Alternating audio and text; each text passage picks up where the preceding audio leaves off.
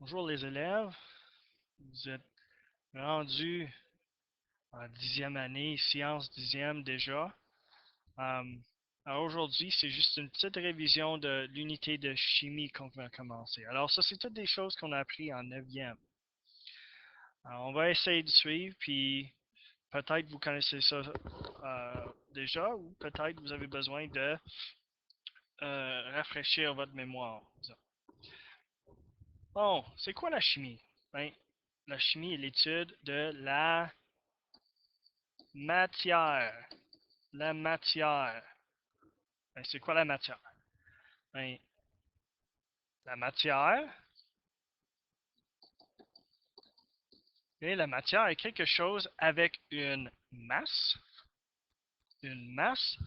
et un volume. Ça veut dire qu'il occupe de l'espace. Okay? Alors, on a la matière qui est tout autour de nous. Quelques exemples de la matière. Ben, euh, votre chemise que vous portez, ça c'est de la matière. Ben oui, elle a une masse et un volume. Alors, elle occupe de l'espace. Peut-être vous buvez un verre d'eau présentement.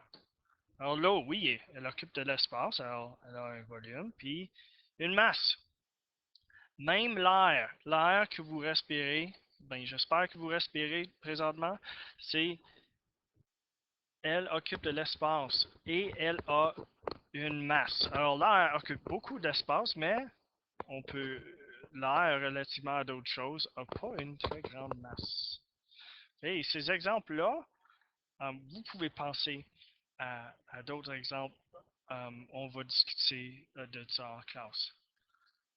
Il y a différents états de la matière, et c'est pour état de la matière. Alors, la matière peut exister sous différentes formes, si tu veux. J'ai choisi les trois exemples. La chemise serait un exemple de solide. Okay? Peut-être vous vous rappelez de ça, ces mots-là. De l'eau. L'eau n'est pas solide. L'eau,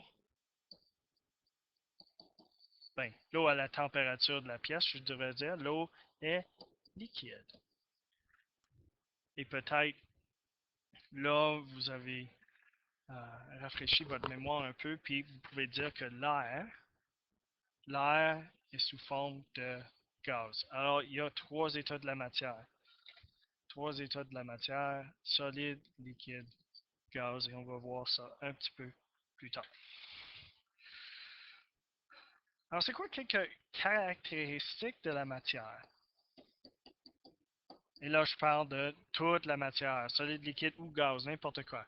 Bien, la matière est constituée de minuscules particules appelées atomes.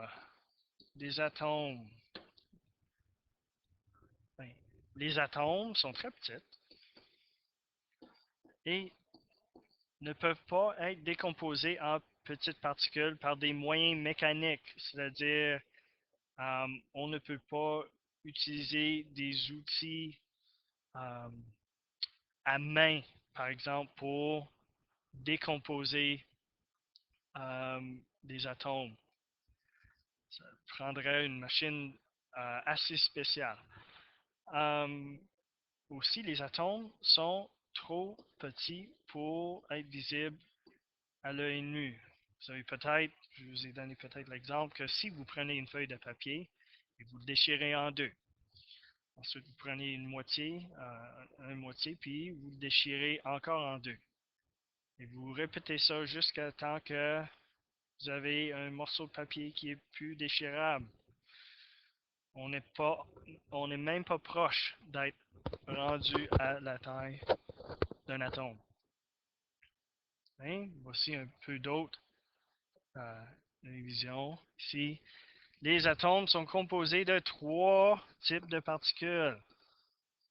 Trois types de particules. J'espère que vous vous rappelez des protons.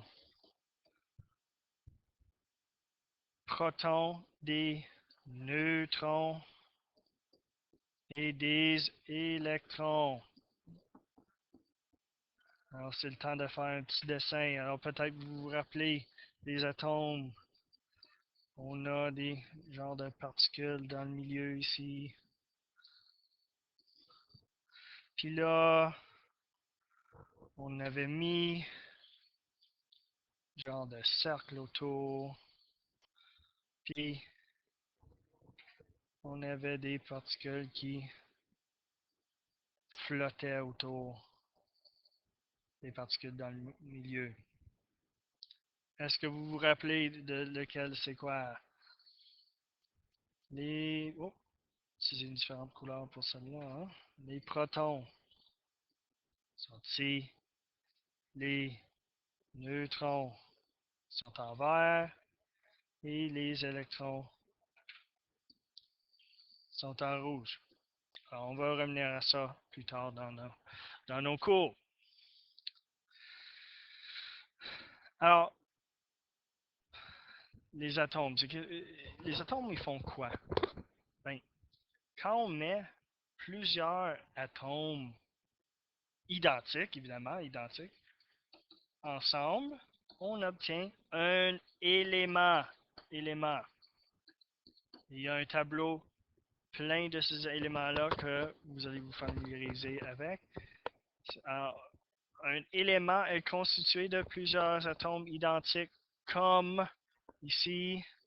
Ici, j'ai un petit morceau d'or. Okay? L'or est fait de... L'or est un élément.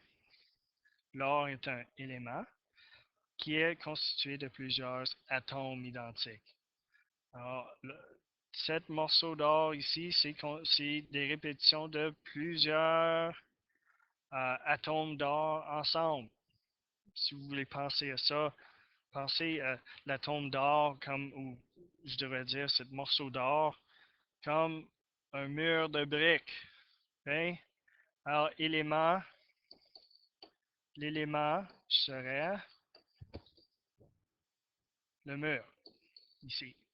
Alors, le mur représente ce gros morceau d'or.